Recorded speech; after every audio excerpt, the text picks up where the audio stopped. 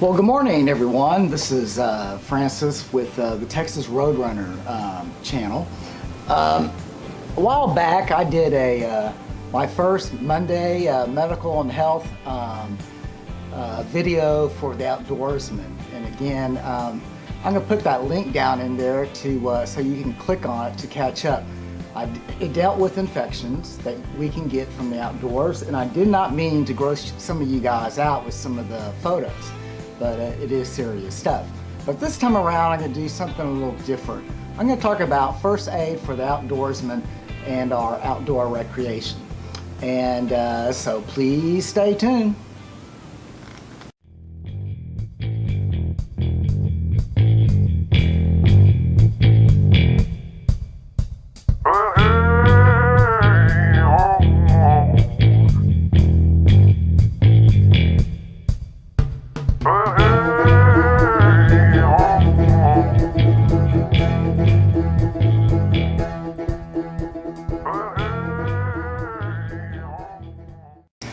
Okay, I'm back.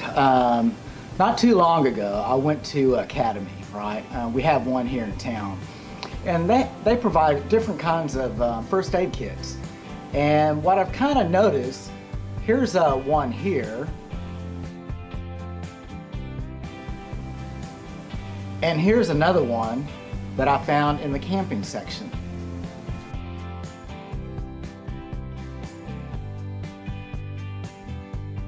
One thing you'll notice, the first one I found in the fishing section, and but it wasn't waterproof. And the second one in the camping section, that wasn't waterproof. Now, if you're going to be in and around the water, you know, you need to be having some kind of waterproof container. So I've seen these containers, you know, at Academy, Walmart, where else? Of course, Bass Pro Shop and Cabela's, you know. So, so it's important if you're going to have something, you know, bank fishing, or you're in a kayak, or if you're in a boat, you know, you want something watertight to protect your first aid supplies. So, one question pops up: what about getting stuck with a hook? Well, I've never been stuck with a hook. Well, you've probably seen me get stuck with a hook during some of those unboxings, right? But fortunately, I never have. I'm going to link down two links, two people who are showing some good instruction on how to remove a hook from yourself, and if that accident ever happens. But I'm not going to do anything like that here. But I will leave some links down below. But anyway, let's talk about our first aid kit and what you need. So I was able to put everything that I thought I would need in a little watertight container. Some of y'all may feel like you need more. It may require a bigger case, waterproof case. So what I like about this is it's small enough that I do a lot of bank fishing, right? So it's small enough that I can put it in my fishing backpack. And this is my fishing backpack here.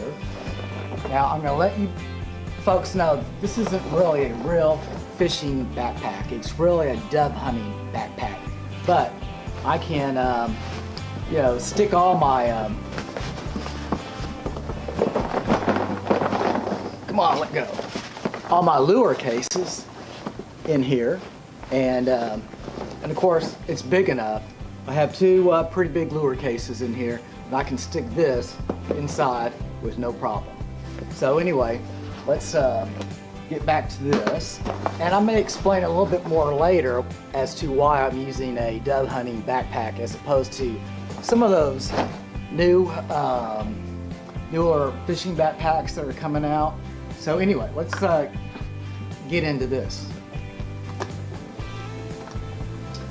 First thing is alcohol. So let's say you do have a scrape or a burn or maybe a fish hook in you. You want to kind of clean it off before you do anything. And by the way, if you do get a hook in you, one thing I've noticed from some of these videos describing how to take the hook out, I would always say cut the line first, because I don't know where that pole's going. You may have a buddy who's helping you, all of a sudden he turns around and jerks it, or the pole falls down. Cut that line off first.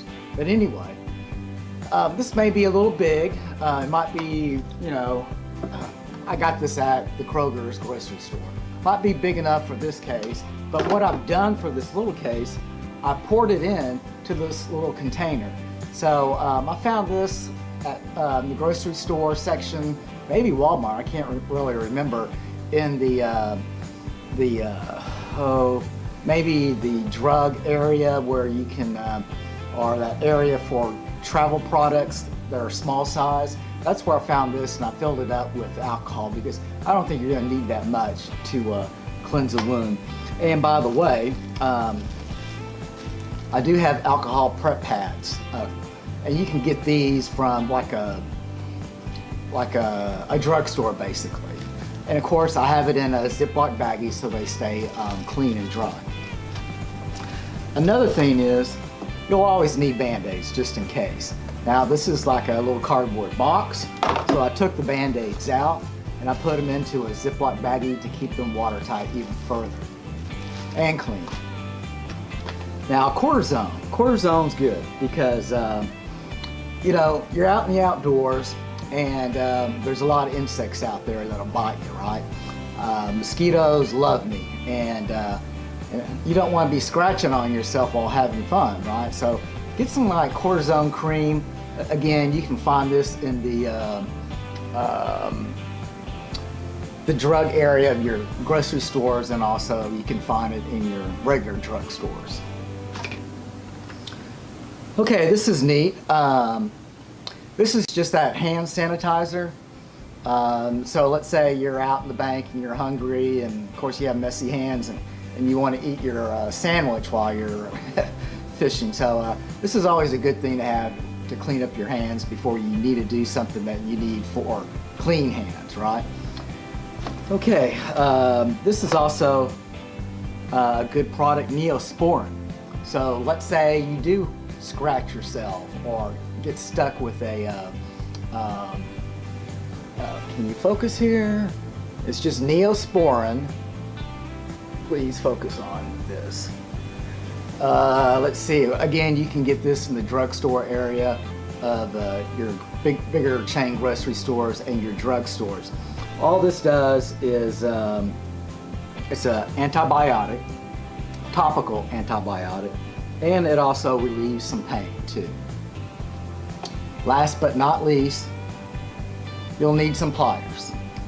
And if you watch those two videos that I'm going to put down in the description on how to take hooks out of you, you'll understand the need for these pliers. That's just a hint. Well guys, that's all I have for right now. I just wanted to share a little first aid for the outdoorsman, whether you're an angler or a camper or a hiker or whatever, you know. We wanted to enjoy our outdoor experiences, but when things go wrong, we need to be ready, right? So I want you guys to take care, and until next time, I'll see you later.